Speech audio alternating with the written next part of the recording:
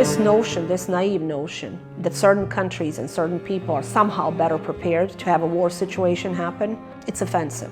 I was born and raised in former Yugoslavia. No, up until that Saturday, Friday, I was not aware that I was a teenager.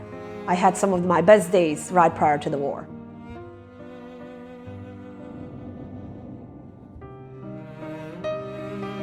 I was just actually taking care of myself. I was alone. But I was alone incredibly young. I was the only child that grew up with my parents and grandparents. Incredibly attached to my grandfather. No connection will ever match that one. We would start our mornings, we would play a party of chess.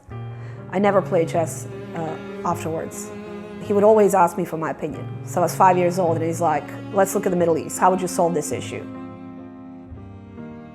Leaving him behind was the most traumatic thing for me.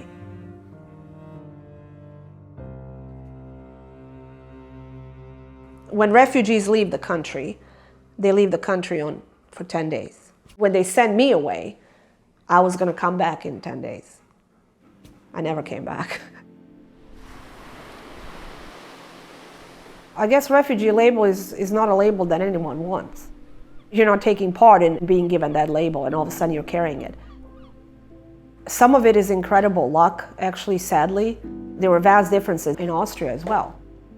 It was like a big hotel where I lived with 35 people. We all had shared rooms. I had a roommate, which was yet again better than some camps. I thought it was cute, and I still think it was cute. I mean, you couldn't move.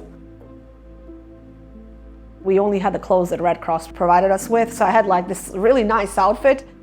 Every single picture I can show you for that period is the same outfit. It was my Friday outfit. We were not embraced or accepted. We were definitely different, and we were definitely reminded of that. I've learned not to cry. I've learned not to show emotions. I don't think I had a good cry until I came to the United States.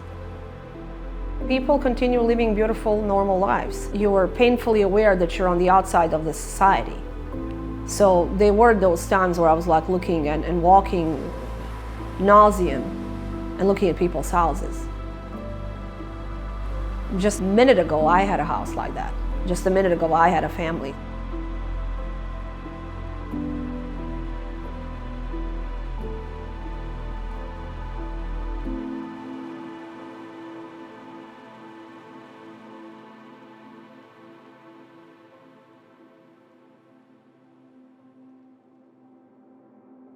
When I was in Austria in the refugee camp, we received an opportunity to get just one grant for one refugee to go to the university.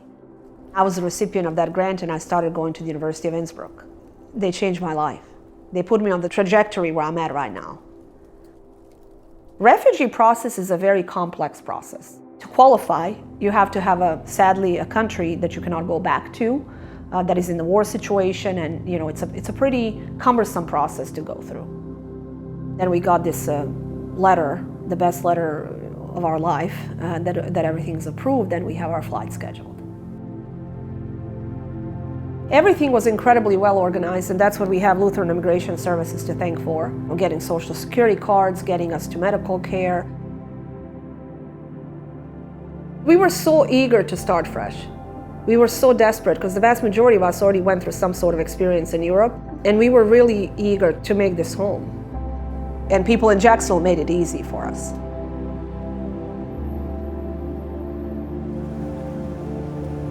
But when I lived in Bosnia, I had this notion of this tropical place. As a little girl, I was dreaming of living somewhere in a tropical place, really hot, with lots of hot rains. It's in my mind. I'm getting close to home if I'm on the brink of the Atlantic. The Lutheran Immigration Services, they would welcome us at the airport. They furnished our apartments. It was so pretty and it was so well arranged. I felt it was so loving. I remember how beautiful it looked to me. Very soon thereafter, I was already in the workforce. I was working in the warehouse, then I worked for a bank. I was in the finance industry for quite some time. Indirectly, I've developed my love for teaching. You have throughout the world a young displaced population that stop going to school. While you're taking care of those main needs, I think education is going to be one of the keys. Immigrants are hardworking. They bring incredible value to this society. Diversity, different perspectives, different food. Jacksonville, everyone has at least one Bosnian. You know a Bosnian student at school, you know a Bosnian co-worker, and you learned a lot about Bosnian culture through knowing that one Bosnian.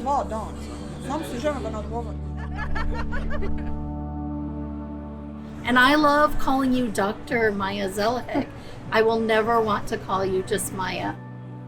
Maja, you came in and you were good, but you were never satisfied with good. You always wanted to be better. You always wanted to learn and grow. I had a daughter at the same time who was about the age that you would have been.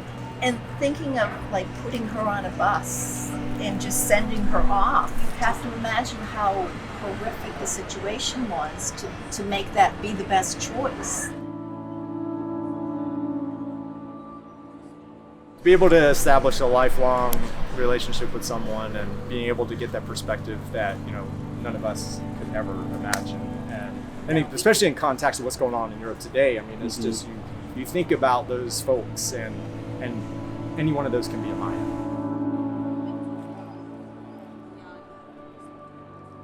It's not just the history and all that you've been through, but it's the determination that you're not done yet. Current Dean with the Forbes School of Business and Technology. I'm a Fulbright researcher. I'm also Fulbright Specialist and a global researcher. I was working on different e-learning development and implementation ventures in the developing world. I'm a published author. I co-wrote a book on perception. I was co-creator of the Perception Index with Dr. Diane Hamilton. I'm a mom, and you know, that's about it.